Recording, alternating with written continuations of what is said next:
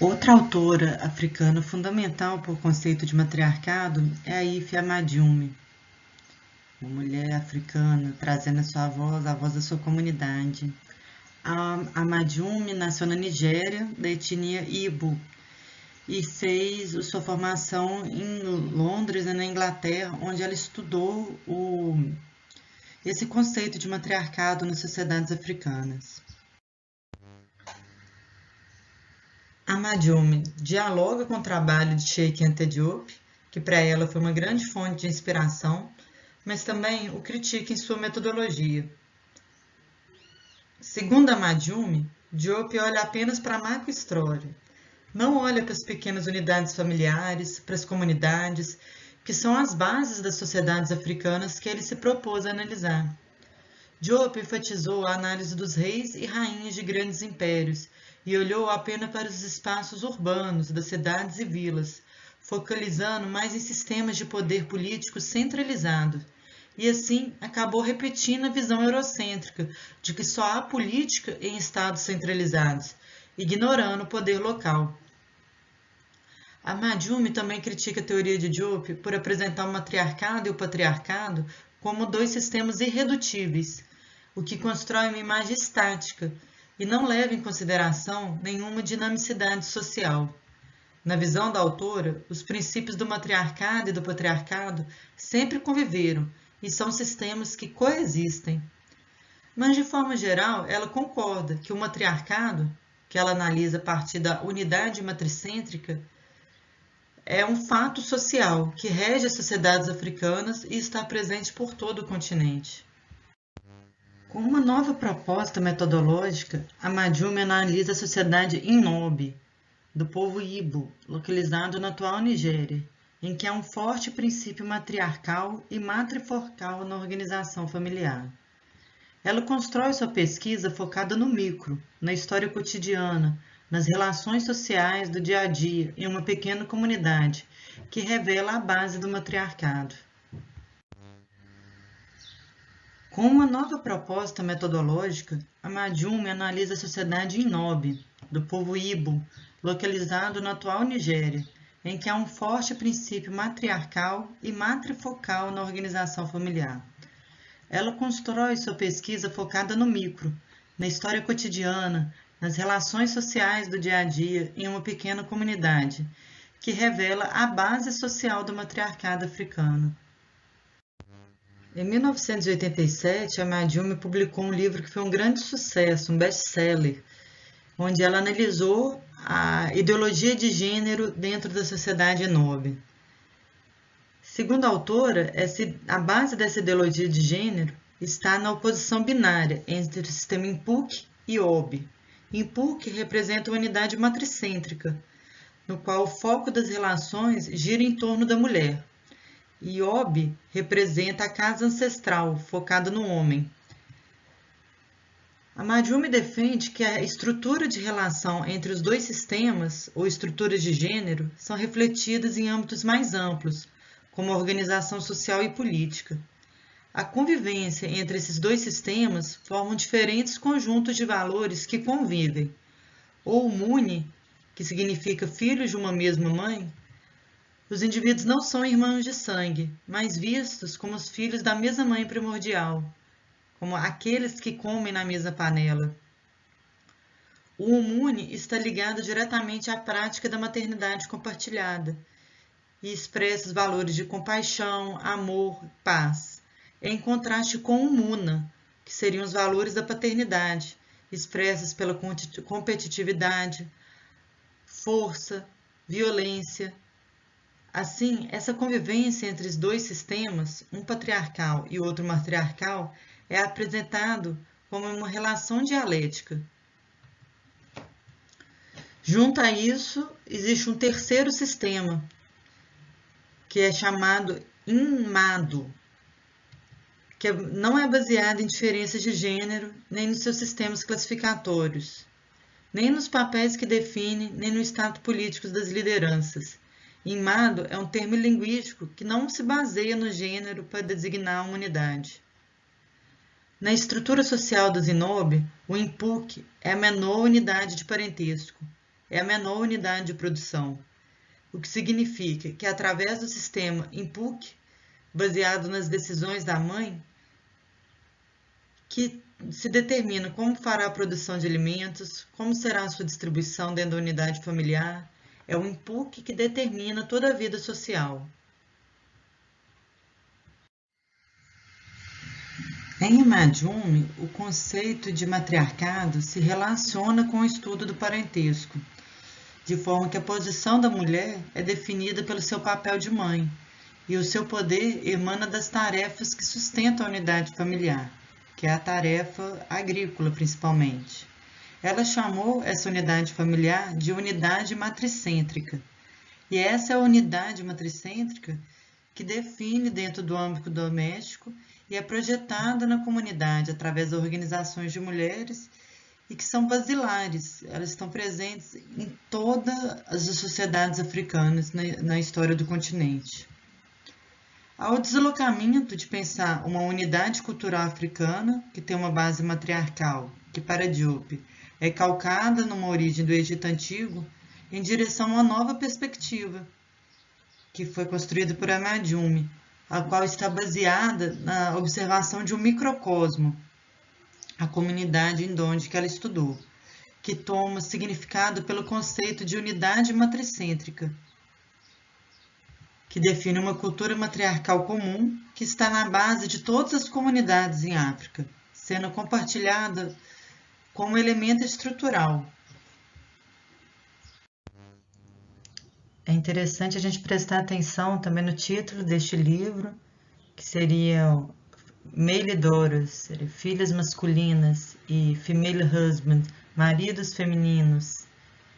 Tem uma tradução para o espanhol que ficou interessante, hijas que são varones e esposos que são mulheres, que seria, né, filhos que são varões e esposos que são mulheres. É bem interessante como foi traduzido. E a gente vai falar sobre isso, né? O que seria esse sistema flexível de gênero que permitia essas situações.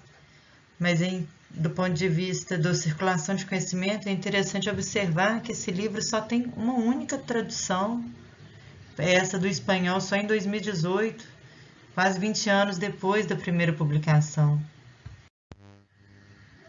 Neste trecho, ela explica um pouco essa flexibilidade do sistema de gênero, como a ideologia de gênero da sociedade Inobe permitia essa flexibilidade entre os espaços Inpuk e Obe, que é esse sistema do sexo duplo, mas ele funcionava de forma flexível, quer dizer, nem sempre o papel social era o mesmo do sexo biológico da pessoa. Por exemplo, uma mulher muito poderosa poderia ter esposas, muitas mulheres a servindo, ou uma filha poderia lutar na defesa do território e estava tudo certo, tudo bem, pois não havia essa rigidez dos lugares sociais a serem ocupados. Por isso era um sistema flexível.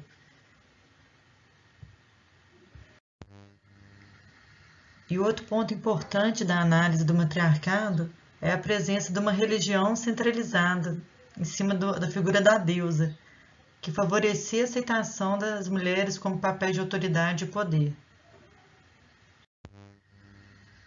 Na sociedade Inobe, as mulheres estão sob a proteção da deusa Idemili. Essa deusa representa a matriarca originária, a grande mãe, a grande criadora. Trago aqui uma citação da Amadioumi. O sexo feminino não teve o lugar mais proeminente nos mitos e conceitos religiosos e culturais indígenas. O personagem sobrenatural, uma deusa, é uma mulher. Idemili é a deusa fonte. Sua influência é mais forte que a de seu marido, Arro. Então, ela espalha seus ídolos em todos os lugares. Arro é o caçador da natureza. Idemili, a deusa da água sagrada. Dessa forma, as mulheres herdam essa diligência, essa delicadeza e empenho no trabalho feminino. A pessoa mais elogiada é a mulher trabalhadora. A ideologia de gênero que governa a produção econômica valoriza as características femininas do trabalho, zelo, cuidado, atenção, organização. De acordo com a mitologia Ibo, a deusa Idemili oferece às mulheres dois presentes, um chamado Idiushu, que significa perseverança e a capacidade para o trabalho, e Uba-Ite, o que seria o barco da prosperidade. Esses presentes as mulheres herdavam da deusa Idemili e representavam essa capacidade feminina de atuar no mundo, promovendo a prosperidade, a fertilidade das terras e a capacidade para o trabalho. Na sociedade nobre, as mulheres obtêm o título oficial Eque, que significa líder do mercado, e passam a ser membros do Conselho das Mulheres, que é uma organização política formal para todas as mulheres e nobres, da qual os homens são excluídos. Quer dizer, só as mulheres têm o direito de ir ao mercado venderem seus produtos. É exclusividade da mulher, de forma que, trago uma citação de Amadjume, a maior parte do dinheiro passa por mãos femininas. O controle das mulheres, dos bens e do dinheiro resultou em um monopólio do espaço de mercado. Isso coincidiu com a ideologia do Ninobe, do labor feminino, e da autossuficiência econômica da unidade matricêntrica. A Madjume desenvolve as várias formas que as mulheres tinham de controlar o poder político dentro da sociedade nobre. Uma das formas era controlar os funerais da família paterna, e as esposas também controlavam o poder da cerimônia de fertilidade durante o casamento e o parto.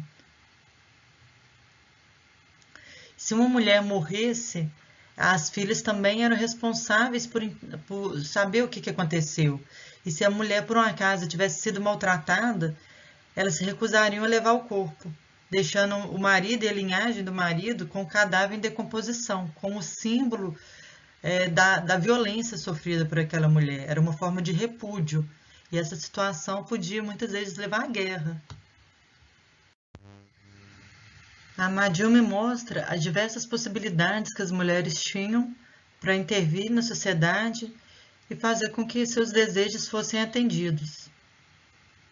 Essa forma de associação coletiva para garantir os direitos femininos é bem interessante na sociedade nobre. Então, elas poderiam se unir para fazer os homens consertarem as estradas, poderiam se reunir para aprovar sanções contra aqueles homens que maltratavam as mulheres ou para os meninos que perseguiam as mulheres nas trilhas. E se os homens se negassem a ouvir aquelas reivindicações, elas entravam em um processo de greve coletiva, onde elas se recusavam a cozinhar e fazer sexo com seus maridos até que seus desejos fossem atendidos. Muito interessante nessa forma de controle da mulher na sociedade nobre. A Madjume traz um depoimento muito interessante de uma liderança feminina da sociedade inobe que fala: em efeito, os homens nos respeitam. Nós não mexemos com a casa deles e eles não mexem com a nossa. Talvez o homem queira brigar com a sua esposa, mas quando lembra de que não tem energia nem poder para confrontar Inyon Inobe, que é o conselho da mulher, ele desiste de suas intenções. Isso mostra como as mulheres organizadas conseguem coibir as violências, conseguem manter as mulheres nesse lugar de destaque e de reverência. A Madjume traz alguns ditados Ibo que atestam esse lugar de destaque da mulher na sociedade, né? Como ela é compreendida. Os ditados populares fazem parte dessas tradições orais que guardam valores morais e são fonte histórica importante para as sociedades africanas. E um desses ditados, eu não vou me atrever a ler Ibo aqui, mas diz que a mulher é riqueza. O outro fala que carecer de mãe como uma coisa terrível, onde a palavra que compõe esse ditado é a mesma que designa uma pessoa pobre. Então, a pior coisa do mundo seria ser pobre de mãe, não ter mãe. Isso é terrível, né? Isso é uma pobreza da alma gigantesca. Um outro ditado bem interessante que preza pela harmonia entre os gêneros é: quando o homem começa a maltratar sua esposa, seu mundo fica confuso. E quando uma mulher começa a maltratar seu marido, sua vagina seca. Lembrando que é importante os dois gêneros conviverem harmoniosamente. Um dos pontos que a Madhumi se propõe a analisar é a transformação dos papéis de gênero com a chegada do colonialismo. Com o início do colonialismo britânico, o alto status social das mulheres foi suprimido pelos sistemas ocidentais de religião, educação e governo, baseado em princípios patriarcais. A cultura ocidental e a religião cristã, introduzidas pelo colonialismo, carregavam rígidas ideologias de gênero que favoreciam e apoiavam a exclusão das mulheres da hierarquia de poder, seja no governo, seja na igreja. Na sociedade moderna, esse sistema rígido de gênero significava que os papéis são estritamente masculinizados ou feminilizados. Que trago a citação. As novas concepções ocidentais introduzidas através de uma conquista colonial causaram fortes desigualdades de sexo e classe, com o apoio de uma ideologia rígida sobre a construção de gênero. Aqui nessa imagem ilustra a ausência de mulheres nas reuniões com o poder colonial. Aqui a gente percebe os chefes locais com as autoridades coloniais britânicas sem a presença de nenhuma mulher. E isso não correspondia à organização social anterior. E a Madhumi analisa profundamente os impactos da colonização sobre os papéis de gênero. Cito a Madhumi. Foi sobre a Igreja e o governo colonial que as mulheres sofreram um revés em seu poder econômico e político. A ideologia inglesa, imposta por missionários, afirma que o lugar da mulher é o lar e impunha uma religião masculinizada, patriarcal, com Deus no masculino e não no feminino, como Idemili. As pessoas foram instruídas a parar de adorar seus símbolos religiosos, que foram desqualificados como ídolos. Todas as atividades voltadas para a deusa foram condenadas e substituídas por aquelas enraizadas na crença na doutrina do Deus patriarcal cristão e de seu Filho, Jesus Cristo.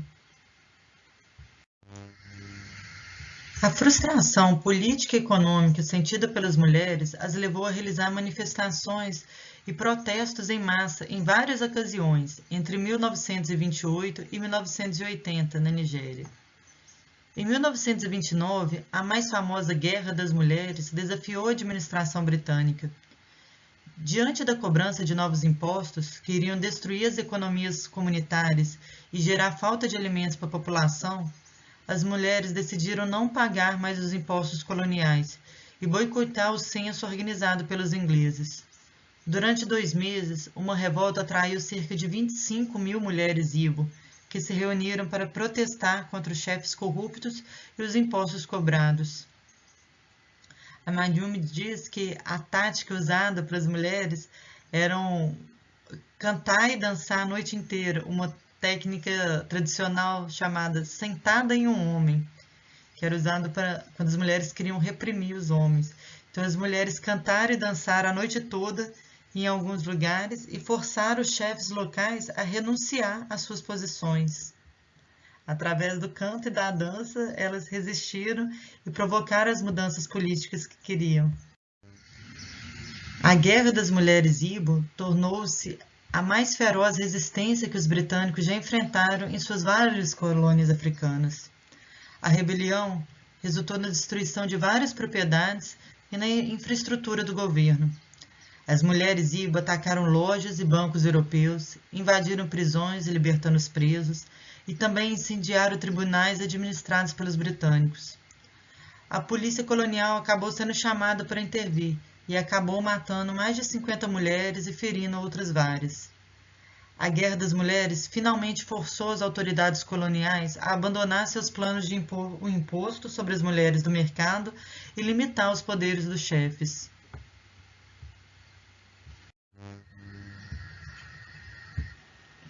Embora a rebelião das mulheres não tenha acabado com o colonialismo naquele instante, inspirou outros grupos minoritários em toda a África a protestar contra a colonização existente.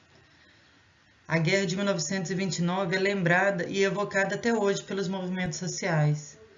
No cartaz contemporâneo aparece: "A revolução sem mulheres não acontecerá".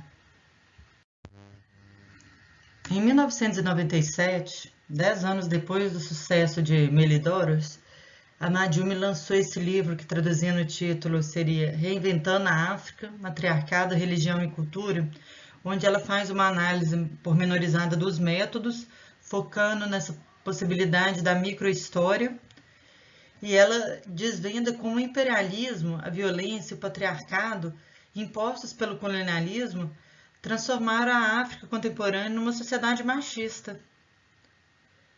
Ela também mostra como essa história matriarcal continua a empoderar as mulheres na luta em todo o continente. E ela analisou como o cristianismo e o islamismo contribuíram para a masculinização das religiões africanas, distanciando daquela noção da deusa mãe primordial. E essas deusas foram silenciadas, ocultadas, negadas, condenadas ao longo da relação com o cristianismo e com o islamismo. Esse livro dela também apresenta um guia dos principais teóricos afrocentrados, possibilitando repensar a África, né? Reescrever a história social do continente a partir da sua própria perspectiva endógena. E é interessante que o livro é dedicado às comunidades africanas diaspóricas, em sua luta para construir epistemologias alternativas, antirracistas e anti-imperialistas, de autorrepresentação e ideais autogerados. Este seria o começo de uma nova visão sobre a África a partir das poderosas vozes das mulheres africanas. E seguindo essa proposta, a gente trouxe esse curso justamente para repensar, para propor novas epistemologias, né, para discutir essa transformação no campo do conhecimento, como que as mulheres podem ser pensadas e entendidas dentro da historicidade africana. Trago aqui uma citação do livro Reinventando a África, né, da Madjumi, onde ela mostra que o matriarcado é a unidade natural de parentesco. Ela diz que essa base é material, concreta e empírica. A gente sabe de quem que nasceu, a gente conhece a nossa mãe, vê o trabalho dela se realizando a cada dia, né? Se alimenta do alimento que ela produz. Ao passo que o patriarcado é uma construção social, ideológica, e para se impor ele precisa da força, da jurisdição, né, da criação de rituais violentos, que são opostos a essa força natural do matriarcado. Então, esse assunto do matriarcado, dos papéis de gênero, do poder feminino é longo, é riquíssimo dentro da história africana. Podemos dizer que a gente está dando os primeiros passos, né, engatinhando na ciência, nos conceitos para compreender essas dinâmicas sociais que envolvem as mulheres. São conceitos importantes que vão nortear o nosso curso, por isso a importância dessa primeira aula mais conceitual.